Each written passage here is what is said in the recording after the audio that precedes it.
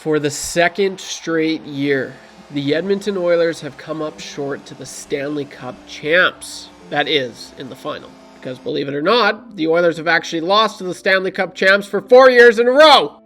But this is the second time they've lost to the Florida Panthers in the Stanley Cup Final. This year in 6 games as opposed to last year's 7-game series. This is going to be an amazing offseason. I just know it. I feel like so much movement is going to happen, not just for the Oilers, but for the entire NHL. And I'm going to dive all into that. The trade rumors, what every team needs to do, what team has the best fan base, those kind of videos.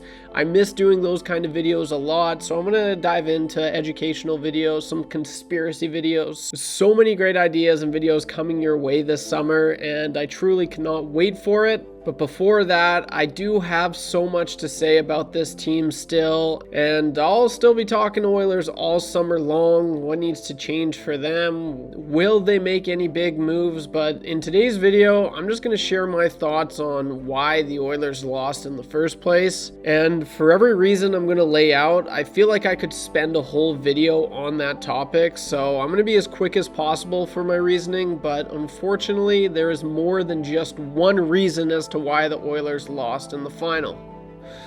Welcome, you know what? Actually, 1 second. Wait 1 second, okay? Just wait.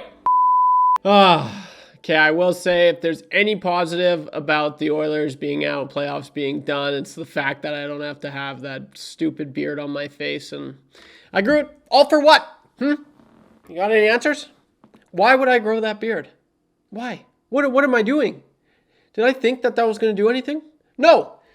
I endured like uncomfortness. Is that a word? I was uncomfortable for the last 2 months. Yeah, I just spent 15 minutes. What was the time? Check the time from earlier to what it is now. That was hell. Shaving that thing, I need to get a new razor. Anyway, yeah. People are asking me, Trev, how are you doing? And I've been good. I've been really good. Everything's been fine. Everything's been great. Yeah. No problems here, but sorry, I'm trying to lighten the mood. To be completely honest, no, I was a wreck. Like, I'm annoyed. It sucks, and we're gonna get into it right now. Just initial thoughts as an Oilers fan, diehard fan, growing up my entire life.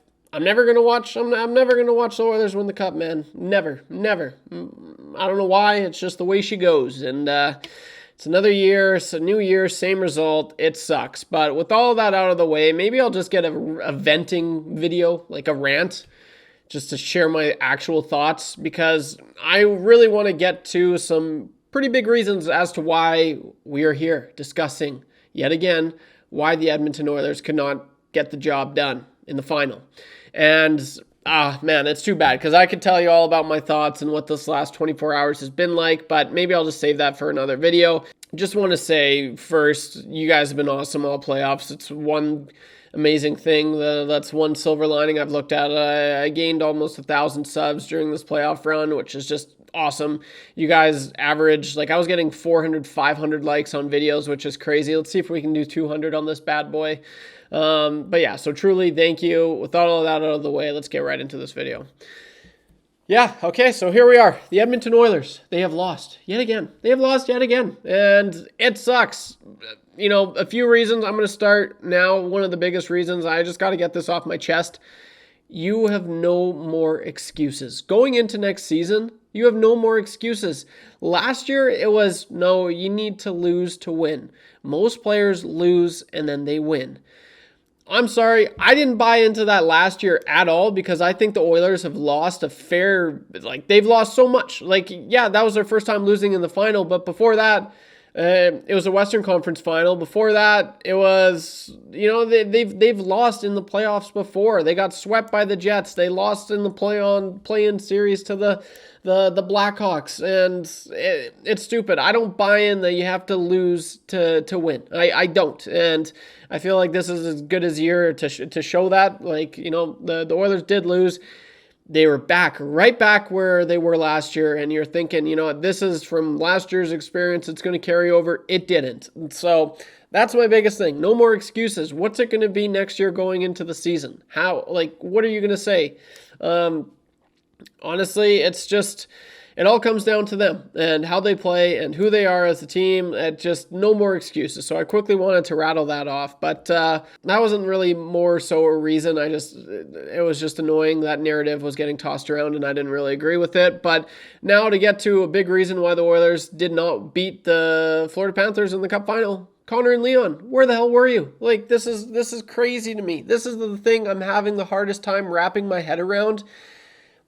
And it really sucks as an Oilers fan because I'm going to have to hear him, Connor McChoke, Connor McCan't do it, Connor McThis, Connor McThat for the next, for however long. If he ever does win a cup, I don't know. If he even wins a cup, I don't know. But it's just going to be that. And it's frustrating because for everything that I just said, like, you were finally back in the position that you were last year. And it's the annoying thing. Everything felt so good. Businesses, they were just cleaning out the West. It was no competition. LA, yeah, good night. Vegas, how the heck are you doing? And then Dallas, you suck. So all of a sudden, you're in the Cup Final. You're back to where you were last year, and you're expecting big things. A healthy Connor and Leon. And they just did not show up, especially Connor McDavid. Leon was a little bit better. Obviously he was pretty clutch. He broke a record in this year's playoffs, which is awesome. But Connor McDavid. And it's so tough to criticize him just because he just puts himself at like his standard. Like, he is the best player. So even when he underperforms, his underperforming is better than 90% of the NHL, maybe even 95%. And so when you're that good, people expect you to be that good, and especially in the biggest moments. And that's just the thing. I said, Connor McDavid, he plays his best in the biggest moments. And credit to Florida maybe, but I don't know what it was. I think he was way too passive. I mean, he was predictable. I think Connor McDavid has looked way better in playoffs prior. Way better. Like, he was still leading the way in points in this year's playoffs. If I'm not mistaken, he might be tied with Leon. I don't know, but even though there wasn't that McDavid magic that we've seen in years prior for whatever reason. I don't know. And I went out and said that this is going to be some of the best hockey played by a player in NHL history. I said that. I, honest to God, in this final, we were going to see, holy crap, he wants this. Holy crap, legacy. That was getting tossed around so much. And here we are just still waiting. I was at game 5 and Dad and my brother and I were like, no, he's going to have a legacy game. He has to. And he didn't. He did not. And then, going into yesterday's game, he's on a 2-on-1 with Corey Perry, and he passes it. Everyone in the world knew you were going to pass it, Connor. Everyone, okay? So I'm just having a hard time. And again, like, who am I to judge? Like, I'm in a freaking, like, who am I? Like, I'm not a hockey professional. Yeah, I cover hockey, but I don't freaking know. And I know it's easier said than done. I get it. But it's just, now it's, Gretzky, he did it back then when in the Islanders in the 80s. They lost and then they beat them. And then you got Sidney Crosby, who was able to do it against Detroit. And now you got Connor, and that's what people were saying. Oh, no, it's Connor's turn. He's going to do it. Those two did it, so he can do it. And it didn't freaking happen. And it's frustrating. It really is frustrating. I'm sorry. I'm getting pretty freaking rattled just thinking about it, but it's true. And now you're going to see that, and now people are going to McChoke this, McChoke. Anyway, whatever. I'm okay. I am okay.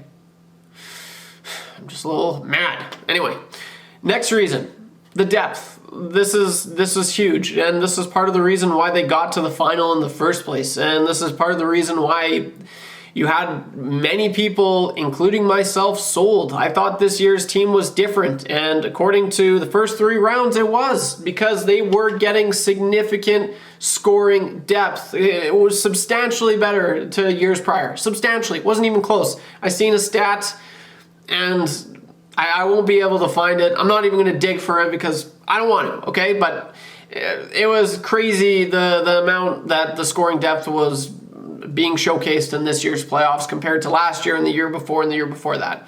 It was not even close. And so I'm beginning to think, yeah, you know what? This Oilers team all season long, we were kind of, they're not deep enough, they're deep. And then all of a sudden they start scoring, and then we're like, oh, and you know what? They actually are deep enough. But then you go against a team that actually has significant depth. Like, you got Connor Brown and Adam Henrique, and you counter that with Brad Marchand and the Sam Bennett. Like, it's no question. Like, it's no question. It is no question. What's better? Yeah, obviously Brad Marchand and Sam Reinhart. Like, it's crazy. So the scoring depth, it was good. And then they met the Florida Panthers, and it wasn't good. And again, I credit that to the Florida Panthers. And guys, I meant to say this and I completely forgot, but I'm just editing this video now, so I figured I'd just throw this in. And one of the biggest reasons why the Oilers couldn't beat the freaking Florida Panthers is because the Florida Panthers are legit. They are a wagon. They are so deep from lines 1 through 4. Their defense is just ridiculous. It got better than last year, and I think Sergei Bobrovsky was better in this year's final than he was last year as well. Like, this team is unreal, and, you know, I got to tip the cap to the freaking Florida Panthers because they are an amazing team, and I think I'd be more mad if the Oilers lost to a team where I felt like they could beat, but I'm sorry, just I really don't think under any circumstance this Oilers team would ever beat this Florida Panthers team. I think the Oilers are so lucky that they got 2 wins. I mean, flip the coin. But yeah, from special teams to just every facet of this series, the Florida Panthers just dominated. So, and I feel like, you know, I love the the Cinderella story. That's great and all. Those are fun. But I truly do appreciate when the best team wins. That's something that I've always said. It annoys me when a team that I don't think is better wins because I'm like, they shouldn't have won. But no, like I like just being able to say, no, they should have won and they did win. So I wanted to throw that in there. It is the sad and honest truth. But the thing about the truth, and everyone says it, the truth hurts, baby. And I think this is the truth. So I wanted to throw this in there, and I'm happy I did. I'm sorry I forgot about it, but let's get back into the video. Who is this guy? Look at this goof. Look at me. Is that what I look like? Is that what I look like with the mustache? I never thought. Oh my God. You know what? I kind of do look like Stuart Skinner. Next up, and last but not least, I've got goaltending. So we're going all throughout the lineup. I didn't think the team defense was necessarily the worst. I don't think that was one of the biggest reasons as to why the Oilers lost to the Florida Panthers. You could definitely argue it's in there. Yeah, like, could they have been better team defensively? Yes, they could have. But I put goaltending ahead of that a million times out of a million times. And this is where it's frustrating because I was not sold on Stuart Skinner and Calvin Pickard in last year's playoffs. I was not. And everyone under the sun seemed to believe in Calvin Pickard and Stuart Skinner. Everyone except who? Yeah.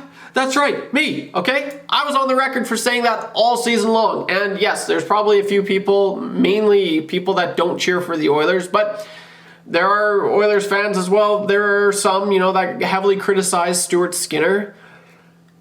But you're telling me on the 3rd goal yesterday, the 3rd goal, I'm sorry, and I said this at work today on air, he did not see this puck. He did not see this puck at all. And you hear him in his post-game interviews, he's like, it kind of came at me awkwardly, and I put it in a place where I think it was safe, and it turns out he wasn't. Man, he was just saving his own ass, because if he came out and said, I didn't see the puck, and could you imagine? Could you imagine what people would think? Yeah, so he was saving his ass. He didn't see that puck. How do you not see a puck? How are you not dialed in a potential elimination game? But no, Trev. His stats in game, elimination games or years prior were just unreal. They were so good. Yep, but BS.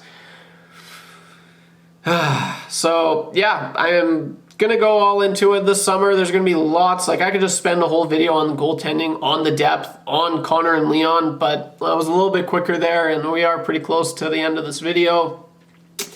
So goaltending was significant. Sergei Bobrovsky is a legitimate bona fide star, future Hall of Famer, former Vezina, two-time Cup champ. He's a starter. And Stuart Skinner and Calvin Pickard are not starters. They are not. And if you were the, I don't know what percent of people out there saying, no, Stuart Skinner can win the Cup, he might one day, but he is far from it. And it just goes to show, people are saying, no, he's a starter, he's a starter. You do not pull your starting goalie as much as you do. If he is a starter, you would not pull him as much as you do. His stats would not look like how they are. His record, everything. You don't switch tandems as much as you do. If you have a number one starting goalie, you ride with him. And then every now and then maybe, you'll play your backup maybe once or twice in the playoffs. But I'll leave it at that. Anyway, guys, like I said at the beginning of the video, I meant to say this at the beginning of the video. Damn it! Anyway, if you made it this far, I'm going to get right into the sponsored segment of the video, brought to you by www.timetrackers.ca, where they work around the clock for you. It's an Alberta-based company. They got clocks all over Canada. Whether you want a big clock, you want a small clock, or you want a medium-sized clock like that, they got you covered. So go check them out, www.timetrackers.ca. And if you made it this far, thank you so much. Drop a comment down below because I do interact with every single comment in the comment section. If you don't believe me, just give it a go. And that is it. It is that time of the video. And what I do is I highlight the most liked comment in my previous video. So we're going to dive into that right now. Okay, and this is funny because, the most liked comment in my previous video, it was, it all comes down to this, is what it was titled, at Zubaman123. And it's funny because I read this comment originally and he edited it, which is kind of funny. But this bad boy got 11 likes. Let's see if we can give, get more than 11 likes in the next video for the most liked comment. Let's see, you can be funny, you can be all that. But he said, Skinner is our ride or die. He said that, and then the Oilers lost yesterday, and he said edit under. So I appreciate that you edited it, but it also, that you said edit, but it also tells me that you edited it there. But he edited it. Oh, I have a hard time saying that word. Anyway, he said trade Skinner, heartbroken. Yeah, I feel that, man. I absolutely feel that. But that is the comment of the video. So shout out to Zuba, man. Thank you for the comment. Really, really appreciate it. But all playoffs, guys, thank you so much. Seriously, the channel, I mean, it's not a lot in the grand scheme of things, but man, it's a lot to me. So you guys made this playoff run as fun as possible. It was awesome to upload videos, and it was awesome to get some interaction back. Like, it was really, really cool. So what to look forward to, and I meant to say this at the beginning of the video, but yeah, got some pretty cool things queued up. I'm going to be focusing a lot more on other teams in the NHL as opposed to just the Oilers. I want to talk Jets. I want to talk Leafs. Mitch Marner, where's he going? Where's Sam Bennett going?